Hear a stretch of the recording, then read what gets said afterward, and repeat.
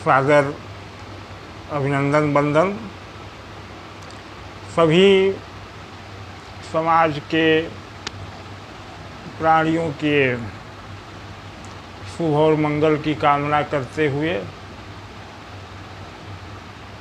मैं विनोद पाठक उर्फ परमार्थी जी आज इस वीडियो में मैं महामृत्युंजय रसायन जो हमारे द्वारा प्रस्तावित है और जिसके निर्माण की प्रक्रिया पर काम चल रहा है उसके बारे में मैं बताना चाहूँगा। क्या है यह महामृत्युंजय रसायन? महामृत्युंजय रसायन महामृत्युंजय जाप और उसके हवन से निकली हुई वायु को शुद्ध गंगा जल में एक विशेष प्रक्रिया द्वारा समावेशित करके बनाया गया एक कहा जाए द्रव्य है,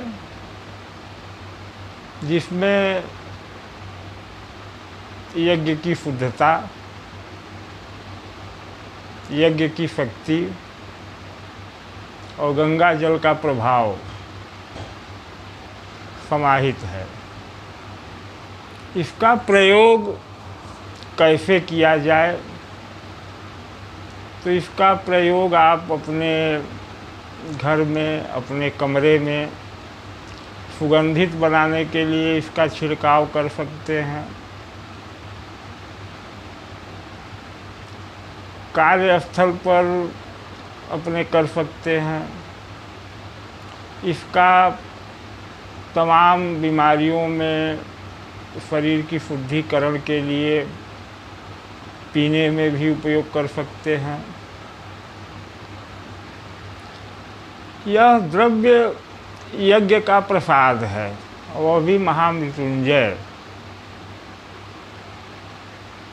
अब एक प्रश्न आता है कि महामृत्युंजय ही क्यों? अन्य किसी भी मंत्र या हवन के द्वारा भी हो सकता है जी, होने को तो कुछ भी हो सकता है, पर महामृत्युंजय ही क्यों, इस पर मैं प्रकाश डालूंगा।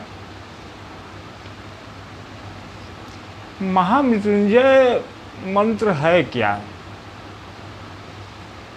प्रचलित है कि यह मृत्यु को जीतने वाला है। क्यों है, इसी विषय पर मैं बात करूंगा। वस्तुतः महामृत्युंजय को अकाल मृत्यु से विजय पाने का बताया गया है, न कि मृत्यु जीतने का, क्योंकि मृत्यु तो सबकी सत्य है।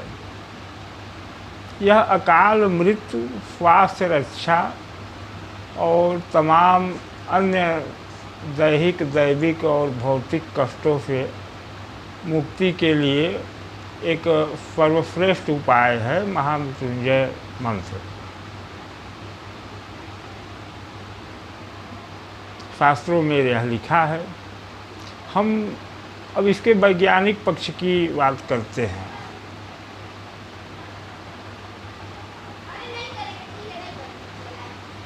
वैज्ञानिक पक्ष क्या है, तो इस मंत्र को समझें। अभी तक जो मंत्र का अर्थ बताया गया है उससे थोड़ा सा आगे मंत्र है। ओम त्र्यंबकम यजामहे सुगंधिम पुष्टिवर्धनम उर्वारुकमिव बंधनान मृत्युर्मुच्छीयमामृतात्म। यह मंत्र है। अर्थ जो बताया जाता है कि हम ओम त्र्यंबकम यजामहे अर्थात उस त्रिनेत्र वाले की उपासना करते हैं, पूजा करते हैं और प्रार्थना करते हैं कि हमें मृत्यु के भय से उसी तरह मुक्त कर दे जैसे कि एक ककड़ी समय आने पर अपने बेल यानी अपनी लताओं से मुक्त हो जाती है, परंतु यह अर्थ अधूरा है। त्र्यंबकम का अर्थ शिव मान लिया गया, बड़ी अच्छी बात है, पर शिव ही क्यों? शिव को त्रिनेत्र कहा गया है, वह भी सही है, पर वास्तव में शिव हैं क्या? जिस रूप में शिव को प्रस्तुत किया जा रहा है आज, सिर्फ उतना ही शिव है या शिव कुछ और हैं? इसी अर्थ को जब हम महामृत्युंजय के अधीन लेंगे तो समझ में आएगा। शिव का अर्थ है प्राणवान होना, जीवंत होना। शिव का संधि विच्छेद करेंगे तो स्व और ई, जब स्व पर ई की मात्रा लग जाती है तो शिव हो जाता है। ई है ऊर्जा, शक्ति। तो जो भी शक्ति है, जिसने शक्ति को धारण किया है, वह शिव है। यह सारा ब्रह्मांड ही शिव है, क्योंकि यह ब्रह्मांड जीवंत है, यह ब्रह्मांड ऊर्जावान है, यह ब्रह्मांड शक्ति को धारण किया है। शक्ति निकाल दिया जाए तो सौ ही बचेगा, तो यह संपूर्ण ब्रह्मांड ही शिव है। यह शिव का एक वास्तविक परिचय है। अब वो महामृत्युंजय को लेते हैं। महामृत्युंजय में प्रार्थना की जाती है कि ओम त्र्यंबकम यजामहे। हम उन त्रिनेत्र वाले ऊर्जावान पुरुष की उपासना करते हैं,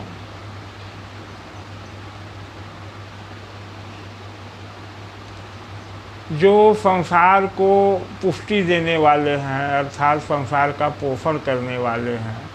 और सुगंधिम पुष्टिवर्धनम, ध्यान दीजिए, सुगंधिम शब्द का अर्थ यहाँ किसी सेंट और स्प्रे से नहीं है, बल्कि उस ऊर्जा से है जो हमारे जीवन में हर्ष और उल्लास बिखेर दे। जैसा कि आप मानेंगे कि अभी कोई अच्छी सुगंध हमारे आसपास हो जाए तो हम उत्साहित हो जाते हैं, हम ऊर्जावान महसूस करते हैं। कोई दुर्गंध आ जाए हमारे पास तो हम ऊर्जाहीन होने लगते हैं।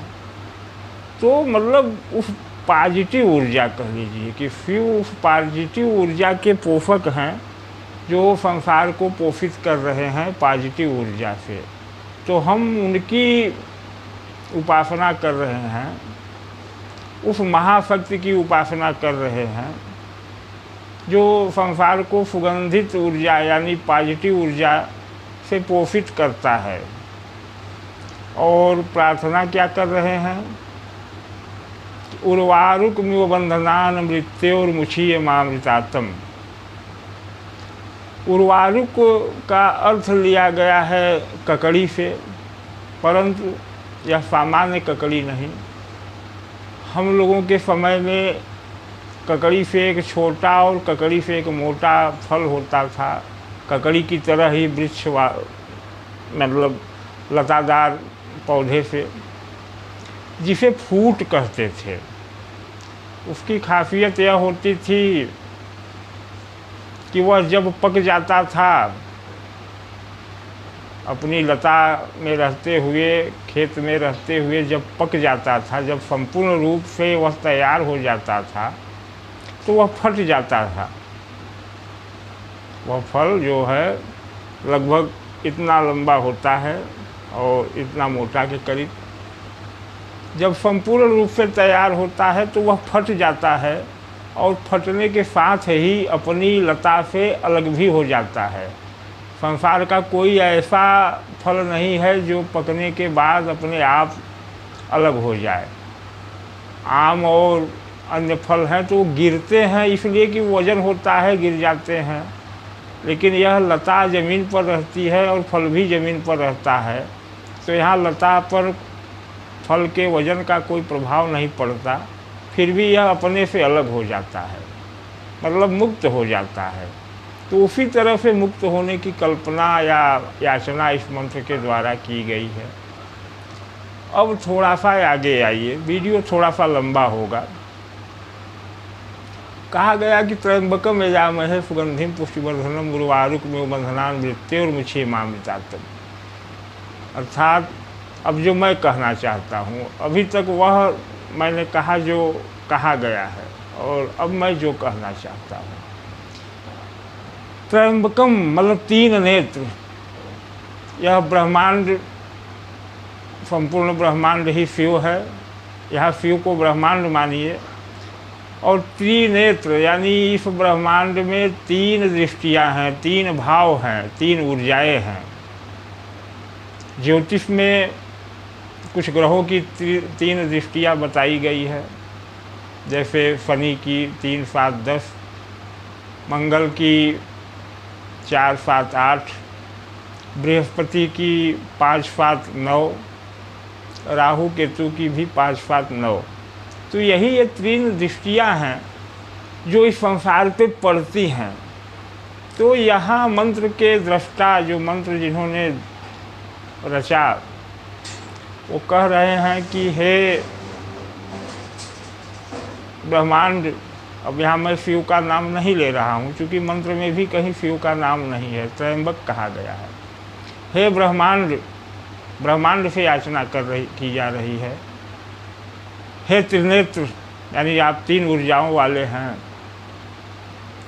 हमारे ऊपर वह ऊर्जा डालिए जो हमें इस संसार में पकने दे।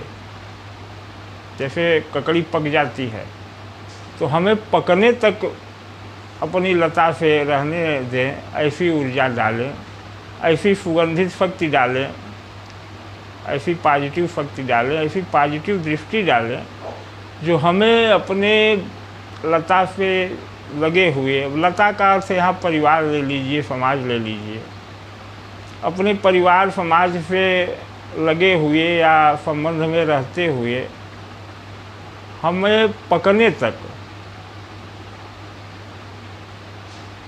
इस समाज से हमें पकने तक जुड़े रहने के लिए ऊर्जा दीजिए, वह दृष्टि डालिए। और पकने तक क्यों, किसके लिए, किस चीज़ के लिए पकें? उर्वारुकमिव बन्धनान् मृत्योर्मुक्षीमामृतात्। मृत्यु तो आनी है, लेकिन मृत्यु जो हो वह इतनी परिपक्व हो कि उसके बाद हमें मुक्ति मिल जाए। मतलब संसार में 3 दृष्टियां हैं, 3 ऊर्जाएं हैं। एक पॉजिटिव ऊर्जा है जो निर्माण करती है, जो अच्छे भाव पैदा करती है। एक नेगेटिव एनर्जी है जो विनाशकारी है, जो दुखदाई है। और तीसरी जो दृष्टि है, जिसे तीसरा नेत्र कहा जाता है, वह मोक्षकारी है। वह न तो किसी का विनाश करता है, न किसी का निर्माण करता है। वह आपके कर्मों अनुसार आपको मोक्ष की प्राप्ति कराता है। तो मंत्र के दृष्टा कहते हैं कि हे ब्रह्मांड, हमारे ऊपर वह दृष्टि डालिए